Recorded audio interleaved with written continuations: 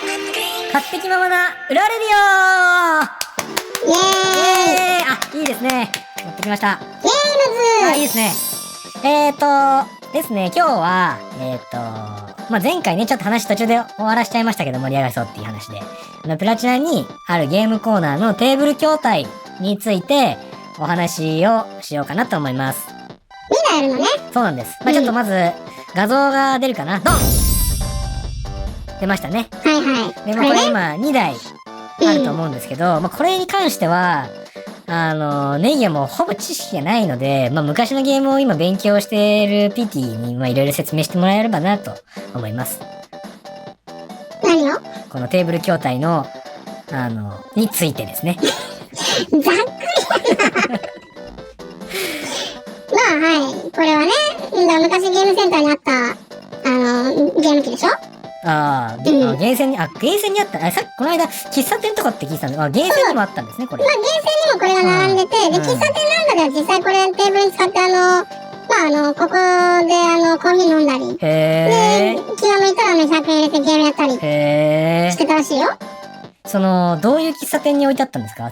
今で言うと、ドトールとかあるじゃないですか。シュッとしたようなとこ。もっと趣のあるとこじゃないの？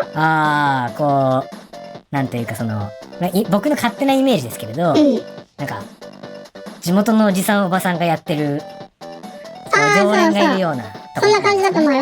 なるほど。じゃあそういうところで置かれて、ちょっと、気晴らしにやるみたいな。気晴らしにやったり、で、ゲームセンターなんかもこれがずらっと並んでたらしいね。らしいですね。そういう意味ではちょっと今よりもなんていうか、ゲームっていうものが馴染み深かったんですかね。要はさっと来たおじさんとかもやるようなもんだったんですかね。そうね、インベーダーゲームでね、このテーブル筐体が流行り出したみたいだから、インベーダーゲームは普段ゲームやらないおじさんたちも熱狂したって、本に書いてあったよ。今でこそね、スマートフォンでたくさんゲームできますけど、ゲーセンに行くっていうと結構、それこそ僕が小さかった頃怖いイメージとかあったんで、意外ですね。実際怖い目にあったっていう体験談も読んだことがあるんですね。あるんですか？怖いお兄さんたちのたまり場になっててゲームセンターが。今のゲームセンターみたいにUFO キャッチャーがあったりとかいう感じじゃなくて、もっと薄暗い感じだったらしいよ。で、怖いお兄さんたちもいて、場合によっては裏に連れてかれて、怖っ！そういう社会勉強したりね。怖っ！これは怖いですね。ってことがあったとかなかったとかね。そういう意味では今はとってもそういう意味でクリーンでね、遊びやすい環境ですね。そうね。みたいですね。なるほど。